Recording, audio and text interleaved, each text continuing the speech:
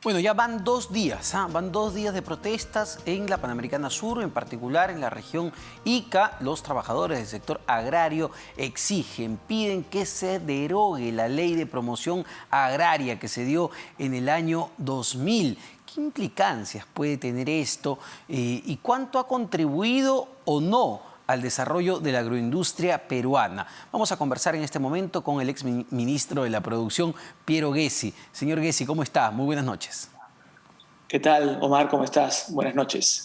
En ¿Me principio, escuchan bien, no? para la gente que nos está viendo en este momento, le pediría que explique un poco la diferencia entre el régimen, digamos, general de contratación y las condiciones que establece la ley de promoción agraria, que entiendo tiene un régimen especial, y que es lo que en este momento está generando las críticas de los trabajadores que protestan. Perfecto. Mira, yo creo que lo primero y lo más importante tal vez de mencionar es que evidentemente la agroexportación peruana ha pasado de una situación de 400 millones de dólares a comienzo del siglo a varias decenas de miles, dependiendo qué pones, puede ser entre 5.000 y 7.000 millones de dólares en la actualidad, con una tremenda generación de empleo. Las razones fundamentales son buenas políticas públicas en varios niveles. Uno, los proyectos de irrigación, Chaymochi, Olmos en particular, donde está la cuna, en particular en Chaymochi, de la agroexportación. Dos, la creación y el fortalecimiento del SENASA, la autoridad sanitaria, ¿no? Que es, digamos, el BCR, digamos, del agro, porque es una entidad de primer nivel de clase mundial, ¿no? Tenemos también, digamos, los tratados de libre comercio y la ley de promoción agraria. Entonces, una combinación de políticas públicas ha gatillado esta importante, digamos, diversificación, ¿no? Porque lo que hemos tenido en la agroexportación es un nuevo motor de la economía que no existía antes y ha generado centenares de miles de empleos. Es decir, ¿no? Obviamente no es perfecto. Primer punto ahí, no solo la ley de promoción agraria que se dio en el año 2000 no, ha de ninguna contribuido a manera. este enorme crecimiento. Es la combinación de una serie de factores. No es un tema solo de flexibilidad laboral con TLCs, es un tema de varios elementos. Sin el SENASA, que abre mercados, o sea, si quieres exportar mangos a Corea, el SENASA tiene que tener los protocolos fitosanitarios ¿no? y gestionar la apertura de los mercados, ¿no? El TLC obviamente ayuda, y dentro de este contexto, la ley del 2000, la ley de promoción agraria, claramente ha sido importante por un componente fundamental, que es el agro, más que cualquier otra actividad, básicamente es tremendamente estacional. Una empresa mediana o pequeña, mediana, digamos, puede tener 100 personas trabajando durante el año de manera permanente, y en los 2 o 3 meses de cosecha, 1.000 personas. Entonces, lo que permite la ley de promoción agraria ha sido una contratación de personal de manera permanente, y creo que es una parte también fundamental por la, digamos, estacionalidad natural que tiene el agro, ¿no? Pero la ley de promoción agraria le quita derechos a los trabajadores de este sector que sí tienen, por ejemplo, los trabajadores de régimen general, porque entiendo que esa es una de las principales, digamos, quejas de este sector laboral. Creo que eso era verdad. Es correcto que era verdad. La última versión del DU aprobado en diciembre del año pasado, me parece, y que es vigente desde ahora, ha igualado todo. No hay ninguna razón, y estoy de acuerdo, de que tengan, digamos, menores ingresos por menores vacaciones, menores gratificaciones, etc. Eso ya se corrigió en la ley, digamos, que está en vigencia en la actualidad. Entonces, eso no es correcto. En la actualidad no tienen menores derechos que los que están en el régimen agrario. Lo que sí hay es la posibilidad de contratar de manera temporal, que eso no, obviamente eso sería muy difícil, contratar a personas de manera permanente cuando la cosecha es temporal, como te dije, de 10 a un ratio de 10-1, sería pues imposible, generaría muchísimo más informalidad. Sin embargo, esto no quiere decir, Omar, yo creo que mucho el problema es que hay un grupo no menor de empresas que le saca la vuelta a la ley. O sea, está todo el tema de los services, y ¿no? empresas que contratan a servicios, que a través contratan a trabajadores, y ahí sí hay una doble, digamos, violación de la ley. Ese es un punto clave, ¿no? Porque el tema de la service, que también ha sido una de las quejas fundamentales en estas protestas que hemos vivido en los últimos 2 días, ha sido central. Es decir, empresas intermediarias que terminan pagándole menos a los trabajadores de lo que establece la ley. Esto es una violación Eso es clara no cumplir a la la ley, normativa. claro. Claro, eso es no cumplir la ley. Eso es no cumplir la ley, exactamente, ¿no? Y creo que no se va a corregir cambiando la ley. Ahí tienes un trabajo de implementación de la SUNAFIL y otras entidades públicas que tienen que hacer que esto se cumpla, ¿no? Ahora, recordemos también que mientras más formal sea la empresa, el respeto a los derechos ambientales, laborales, de sostenibilidad, de inocuidad, trazabilidad, etcétera, está garantizado porque los compradores en el hemisferio norte te piden cada vez más. O sea, hay un tema hídrico, de estrés hídrico en Ica, y los compradores del hemisferio norte cada vez te piden mucho mayor, ¿no? de respeto a temas ambientales, y no se quedan tranquilos con temas laborales también de no cumplimiento, ¿no? Pero, señor Gessi, hay la probabilidad, y como lo han denunciado en los testimonios que hemos recogido durante el día, de que empresas formales, ojo, empresas formales tengan prácticas informales, hagan trabajar más de la cuenta a sus trabajadores, no les reconozcan derechos, haya maltratos, que eso también pueda generar ese fastidio y enojo. No solamente es una probabilidad, yo creo que es una certeza. Creo que hay la certeza de que eso está ocurriendo, y por eso pido fiscalización, ¿no? Es un trabajo de la SUNAFIL. Esto es sacar a la vuelta a la ley, y creo que en el nuevo contrato social que tiene que tener el país, este tipo de comportamientos pues no tienen ninguna, ¿no? posibilidad de existir. No pueden seguir esos tratos de inhumanos y absolutamente Ahora, reprochables. un punto de crítica que he estado leyendo, en particular en las redes sociales, tenía que ver en esta comparación entre cómo han crecido efectivamente las exportaciones, que se han multiplicado por 10 incluso, y cómo ha evolucionado el ingreso promedio de los trabajadores de este sector. Y evidentemente se ve una diferencia abrumadora. Se ha crecido el ingreso promedio de los trabajadores, pero no en la misma proporción que han crecido los ingresos para los empresarios del sector. ¿A qué se debe esto? Yo creo que hay un tema que habría que ver. Primero, no he visto la data, he visto los gráficos, no he visto la data en particular. He visto que la fuente del gráfico salarial es ENAO. La ENAO no diferencia entre agricultura moderna y agricultura tradicional. Los pone a todos en el mismo paquete. Si consideras eso, entonces no estás sacando a los trabajadores de la agroexportación, sino a todos los trabajadores en el agro peruano, independientemente si es agroexportación o agricultura tradicional, más antigua, etc. Entonces hay que ser muy cuidadosos de usar la data correcta. Lo que vi parecía que estaban comparando manzanas con bananas. Un dato que soltó la propia asociación de los gremios de AGAP, ¿no? Los gremios productores del agro, y decía que en el 2019, según la planilla electrónica de la SUNAT y del Ministerio de Trabajo, un trabajador de este sector ganaba poco más de 1.500 soles, 1.550 soles. Sí, exactamente. Claro. Sí, exactamente, que es consecuencia de la demanda, digamos, laboral que existe en zonas donde hay poco empleo, ¿no? Pero creo que acá un tema fundamental, y dado que se menciona, es que tenemos que ir a una nueva... Un gran problema es, hay muchos pequeños productores que no están en las cadenas de valor. O sea, creo que más allá, en Ica hay, ¿no?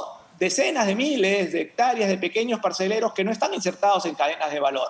Entonces tenemos que ir también, o sea, hay que mejorar esto. O sea, el tema agrario es un motivo de orgullo, por un lado, pero hay que corregir muchas cosas a nivel laboral dentro de la empresa, pero no todas las personas quieren ser trabajadoras de empresas. Hay muchos otros parceleros que están en cultivo de subsistencia y no están insertados en la cadena. Y eso creo que es fundamental también. ¿Qué se poco debería... a poco, la otra parte de la ley laboral, la ley, Sí. la ley de promoción tiene dos componentes, el laboral y el tributario.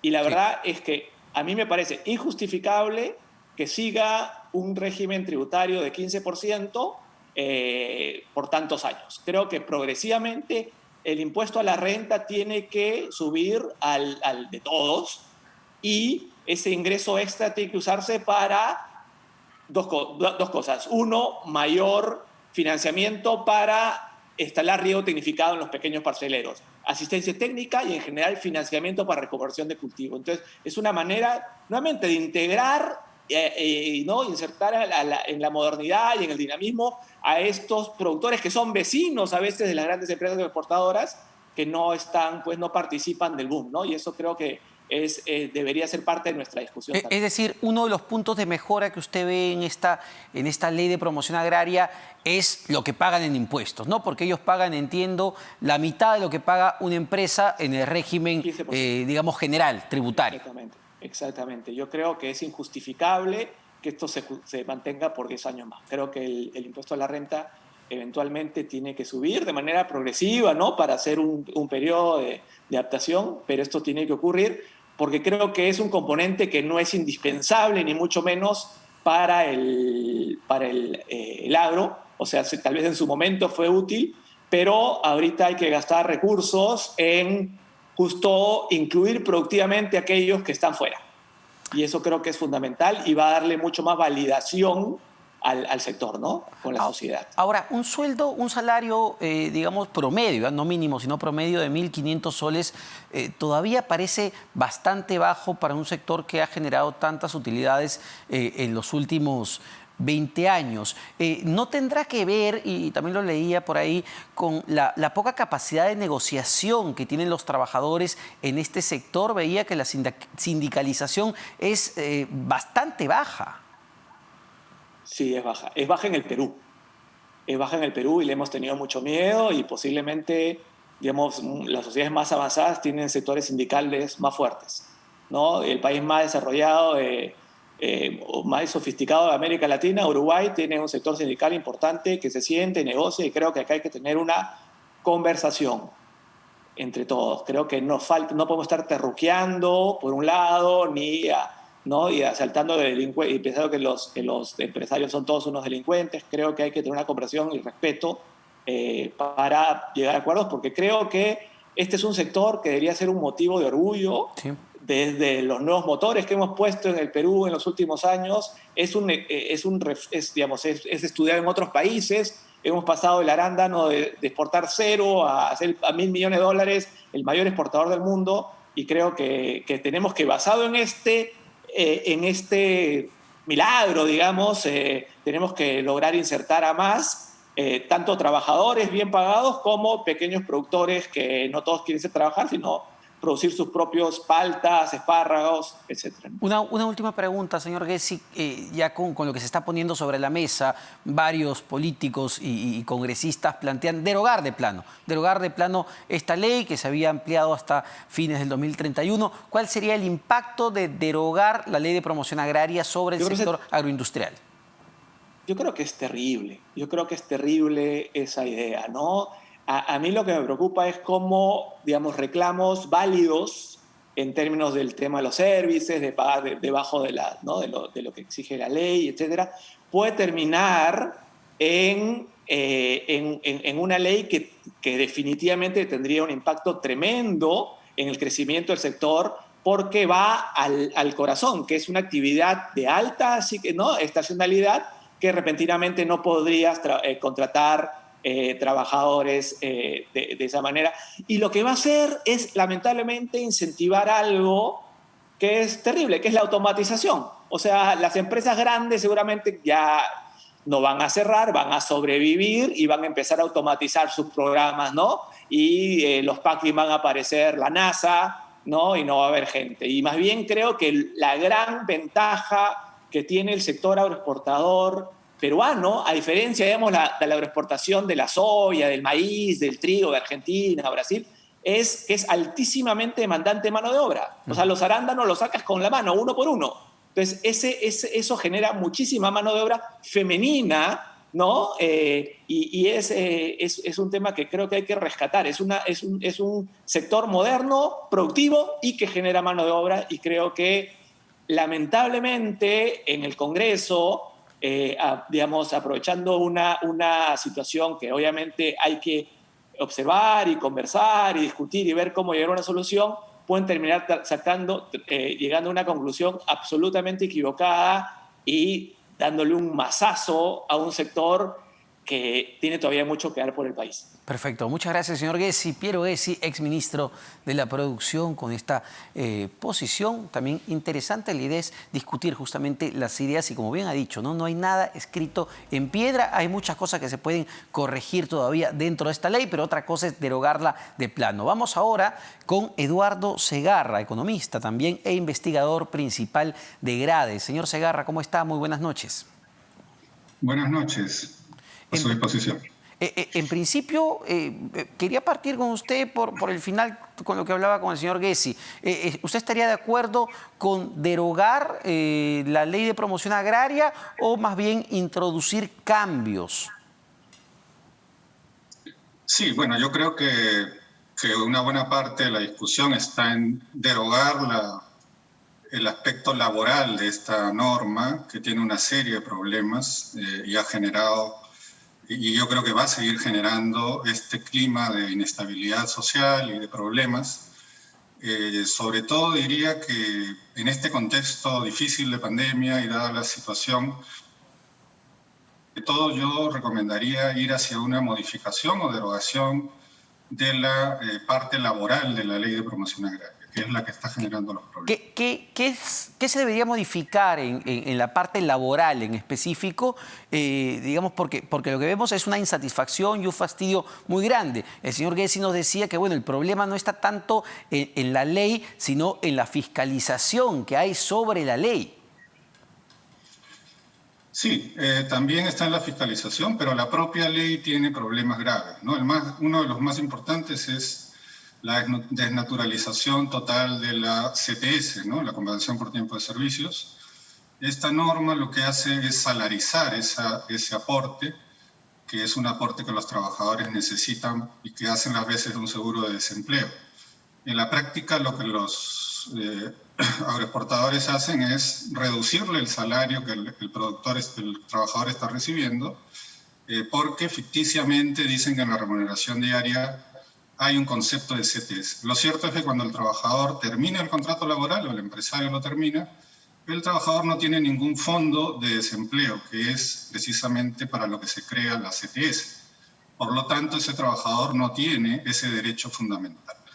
Igual hay otras distorsiones, por ejemplo, no tienen derecho a un seguro contra accidentes, que es algo importante, no tienen acceso a un seguro, a una remuneración familiar, por asignación familiar. Y básicamente lo otro grave es el aporte de las empresas al seguro de salud.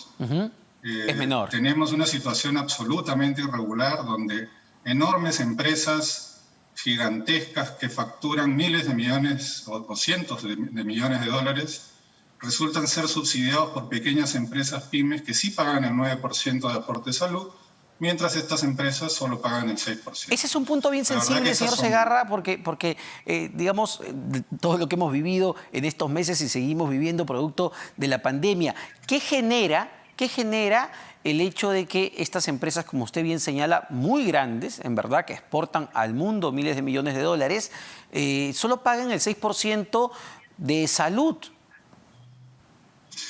Bueno, en principio es una total injusticia en términos del sistema de salud, porque lo que hace en la práctica es que pequeñas empresas o medianas de 10, 15 trabajadores terminan subsidiando empresas que tienen 10.000, 15.000 trabajadores. Eso no tiene ni pies ni cabeza. La verdad que yo no sé por qué cuando se ha hecho esta ley, en principio no sé por qué se ha extendido por 10 años más una norma que ya no era necesaria. El sector agroexportador hace rato que no necesita este tipo de régimen. Es más, las agroexportadoras usan en realidad el régimen general, usan los contratos temporales que están en el régimen general. La Ley de Promoción Agraria no crea contratos agrarios específicos. Los empresarios están usando las mismas formas de contrato temporal que están en la ley general, en el sistema general, ¿no? Ahí sí, aclárenos un poco la situación, porque el exministro Gessi hacía mucho énfasis en, digamos, la importancia de esta ley en cuanto a los contratos temporales, porque es una actividad estacional, ¿no? Digamos, no cultivas algodón en determinada época del año y en ese momento vas a necesitar 1000 trabajadores, pero luego quizá ya no vas a necesitar 1000, sino 200. Sí. ¿Qué es lo que pasa ahí? Bueno, yo invitaría a Piero Gessi a leer la norma de la Ley de Promoción Agraria. En realidad no crea ningún contrato agrario especial. Las empresas siguen usando el régimen general en su modalidad de contratos temporales. Es decir, si uno deroga la parte laboral de la ley agraria, no pasa nada. Las empresas pueden seguir usando los mismos contratos temporales, salvo que en este caso sí tienen que respetar ciertos elementos, como que la CTS es un fondo que va por fuera del pago de la remuneración diaria, tienen que pagar asignación familiar, y tienen que cubrir el seguro por accidentes. En realidad, esos son los elementos que ayudarían a que el trabajador agrícola tenga una mejor condición que la que actualmente tiene de total desprotección. Pero es más caro, y se lo pregunto porque hace ya varias horas AGAP, el gremio que reúne a los productores, a los grandes productores agrarios del país, publicaba un cuadro donde comparaba el sueldo, digamos, un trabajador con remuneración mínima vital de 930 soles y a un trabajador también con remuneración mínima diaria que está en 39 soles.19 al día. Y después de hacer todos los cálculos, incluyendo la CTS, la gratificación, veíamos que incluso en el cuadro que presenta AGAP, ojo, el trabajador de este sector ganaba un poquitín más, unos soles más que el trabajador de régimen general. ¿Es esto cierto? A ver, los salarios en el sector agroexportador están anclados al salario mínimo vital desde hace varios años. Básicamente es un sector donde las remuneraciones a los trabajadores no han mejorado prácticamente nada durante una década, pese a que tenemos un boom agroexportador de enormes dimensiones. Y el otro problema es que los trabajadores agrícolas no tienen trabajo todo el año, por la misma temporalidad a la cual hacen alusión ellos mismos. Son trabajadores que están sometidos a contratos de 3 meses, 6 meses, permanentemente amenazados de perder el trabajo por este tipo de contratos. Entonces, el decir que es comparable con un contrato del régimen general y en las mismas condiciones, no lo es, porque básicamente estos son contratos de mucho más fragilidad, mucho más vulnerabilidad, y claro, por eso es que estos trabajadores están reclamando, no están reclamando por algo inventado, están reclamando por un régimen laboral absolutamente desprotector, que no les da mínimos derechos que merecen tener. Luego de 20 años de crecimiento exponencial y récord, el milagro agroexportador peruano sigue teniendo un régimen laboral del siglo XIX, pretende ser una industria agroexportadora del siglo XXI. El problema, me imagino, es que si se deroga, digamos, esta parte en específico de la Ley de Promoción Agraria, que tiene que ver con el tema de derechos laborales, y las empresas van a seguir contratando de manera temporal, ¿no? A 3 meses, a 6 meses. Es decir, la situación no va a cambiar mucho. Bueno, eso es lo que se esperaría, porque en verdad eso es lo que hacen ahora. La Ley de Promoción Agraria no crea un contrato temporal especial para el sector agrario. Los contratos temporales existen en el régimen general, son utilizados no solo por el sector agroexportador, sino por todas las empresas en el país. Entonces, decir que la Ley de Promoción Agraria es la que permite resolver la temporalidad es una falsedad. Ahí hay que hacer leer la ley a las personas que están diciendo eso. Eso no es verdad. Lo que sí hace esta Ley de Promoción Agraria es recortarle derechos básicos a estos trabajadores, porque en ese contrato se salariza la CTS, se les niega el pago del aporte por familiar, ¿no? Sí, sí. Y se les niega el seguro por accidentes, que es un sector de alta incidencia de accidentes.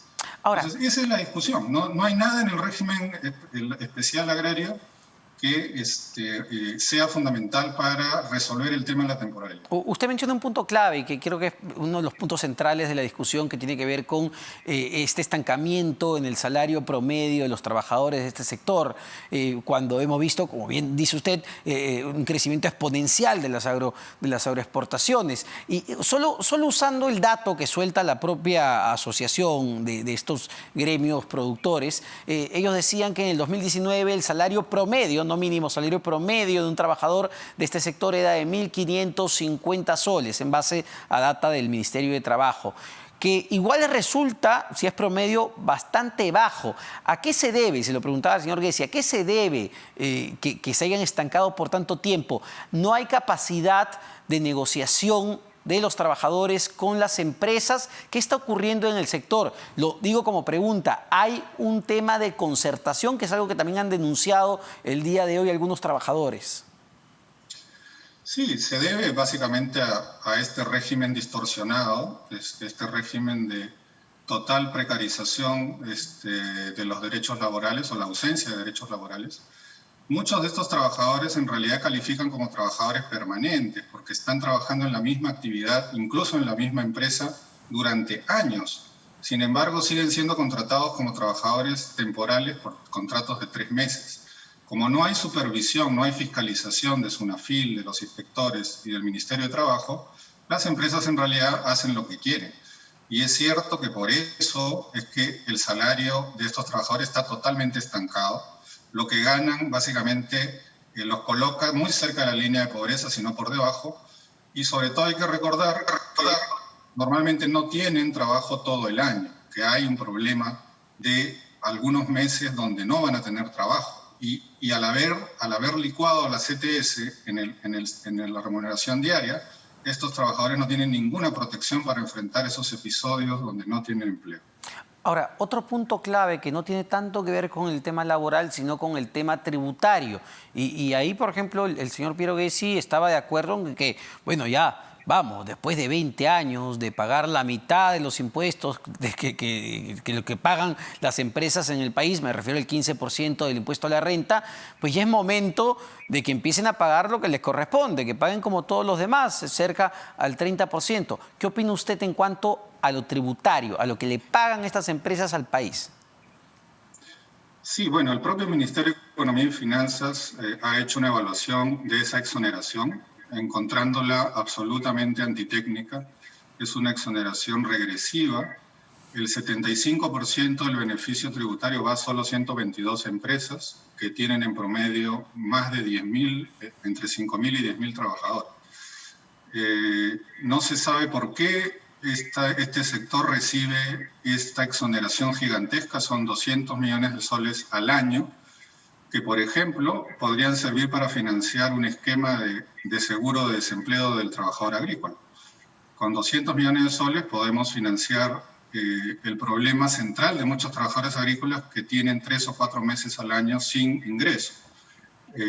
Yo ahí sugeriría que esa exoneración sea también revisada o derogada. Puede hacerse paulatinamente, obviamente, porque estamos en una situación delicada de crisis, pero efectivamente esa exoneración es antitécnica y no debería existir. Ahora, cuando se ha querido tocar esto y cuando ha entrado al debate, porque hay que recordar esto, finalmente fue el gobierno del expresidente Martín Vizcarra el que decide a través de un decreto de urgencia ampliar digamos, la vigencia de este régimen hasta el 31 de diciembre del 2031, es decir, 10 años más de estos beneficios. Pero cuando se ha querido siempre y se ha puesto en debate, lo que señalan es que, bueno, va a haber mayor informalidad en el sector agroexportador, que se van a desincentivar las inversiones en este sector.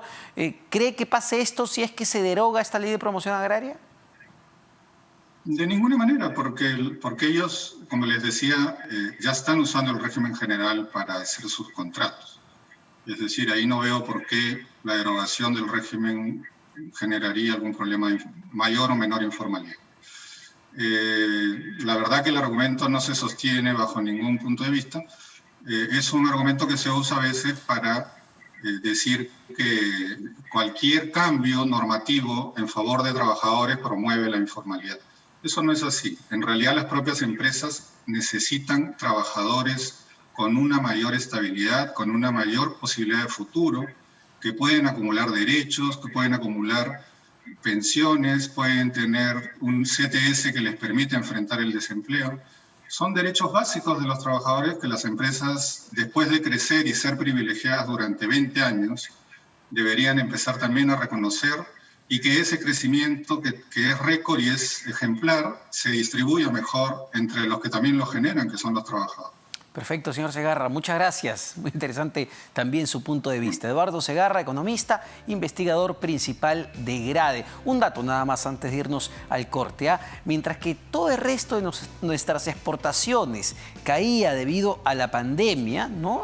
Casi todas, absolutamente, el sector agroexportador fue el único que ha seguido creciendo, si vemos la data de entre enero y septiembre. Les ha seguido yendo bien. Así que, bueno, uno se pregunta, ¿siguen necesitando la ayuda en los próximos 10 años? Es un tema que hay que ponerlo a debate. Justamente lo que hemos tenido el día de hoy es eso, ideas contrapuestas de alguna manera. Vamos a un corte, venimos con más.